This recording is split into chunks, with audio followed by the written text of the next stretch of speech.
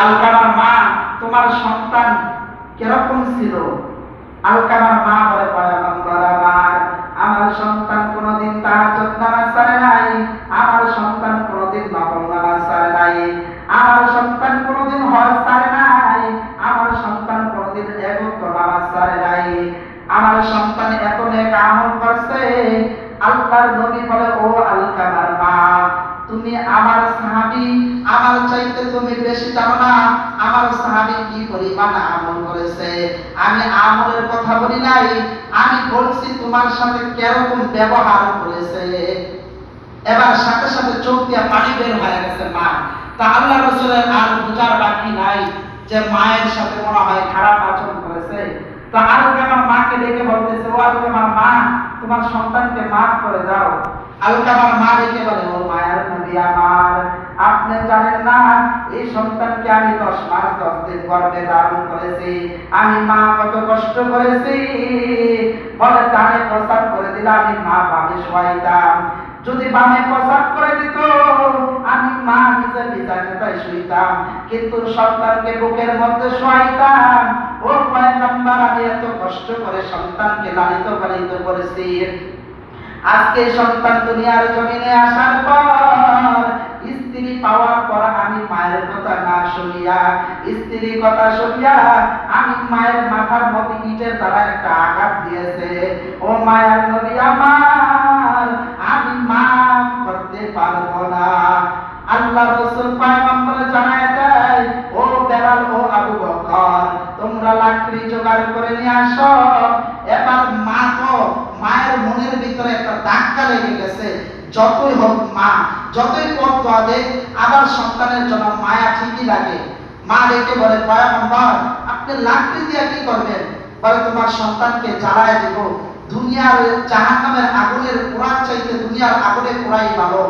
মা এবার ডেকে বলে, ও মায়ের নবী আমার, আপনি সাক্ষী থাকেন, আল্লাহ সাক্ষী, আমি আমার আলকামাকে মাফ করে দিলাম।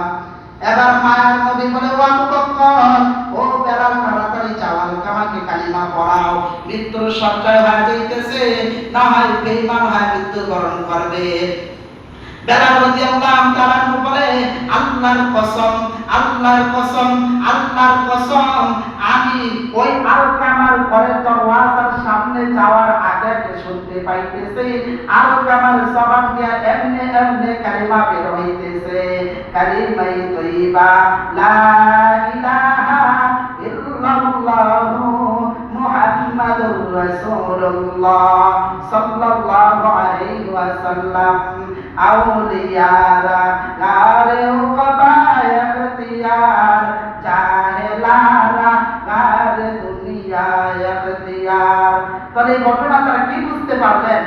সাহাবী হওয়ার পর, এত আমল করার পর, তাহাজ্জুদ করার পর, নবীকে দেখছে নিজ চোখে, হজ করছে, এই সাহাবী মাকে স্ত্রীর কথা শুনিয়া ইটের দ্বারা আঘাত দেওয়ার কারণে আল্লাহ তাআলা মৃত্যুর সময় বেঈমান হয়ে মৃত্যুবরণ করতে চাইতেছিল, মা মাফ করার সাথে সাথে কালিমা নসিব হয়েছে। তাহলে আপনারা এই সাহাবার চাই বেশি দামি। এই জন্য মুহতারাম হাজিরিন, মা বাবার সাথে ভালো আচরণ করতে হবে, ভালো ব্যবহার করতে হবে। মায়ের উঁচু গলা যেন আওয়াজটা আমার গলা না হয়, ও শব্দ না হয়, তাহলে আমার দুনিয়া ধ্বংস, আখিরাত ধ্বংস হয়ে যাবে। আপনারা বাইজিদের নাম শুনছেন না? বাইজিদ ওলি হয়েছে কিভাবে? মাকে রাত্রেবেলা এক গ্লাস পানি কুয়া থেকে আনছে, সারা রাত দাঁড়ায় রয়েছে, চিন্তা করছে মাকে ডাক দিলে মার ঘুম ভেঙে যাবে। তো মা ফজরের সময় মসজিদ থেকে আযান দিছে, হাইয়া আলাস সালাহ, মার ঘুম ভেঙে গেছে। মা ঘুম থেকে উঠে দেখে গ্যাস নিয়ে সারা রাত্র দাঁড়ায় আছে, শিশু বাচ্চা মাত্র 7-8 বছরের। জিজ্ঞাসা করতেছে, ভাইজি তুমি গ্যাস নিয়ে দাঁড়ায় আছো কেন বাবা? বলে, মা তুমি পানি খুঁজছিলাম, কুয়া থেকে পানি এনে দেখি তুমি ঘুমায় গেছো, চিন্তা করছে তোমাকে ডাক দিলে তোমার ঘুম ভেঙে যাবে, এই জন্য আমি পাইছি তোমাকে ডাক দিই নাই। তো মা তাহাজ্জুদ ওই ফজরের নামাজ পড়িয়া আল্লাহ তাআলার কাছে হাত তুলে দোয়া দিয়েছে। ভাই, বন্দুকের গুলি মিস হইতে পারে, মায়ের দোয়া কখনো মিস হইতে পারে না। এই যে আপনারা কাবা যান, কাবা যান না, মক্কা যান না, এই যে মক্কার ইমাম, কাবার ইমাম কোন মাদ্রাসার ছাত্র নয়, লেখাপড়া করে নাই। মায়ের দোয়ার কারণে আল্লাহ তাআলার কাছে এত দামি হয়েছে, আল্লাহ তাআলা কাবার ইমাম বানাই দিয়েছে। মা দোয়া করছে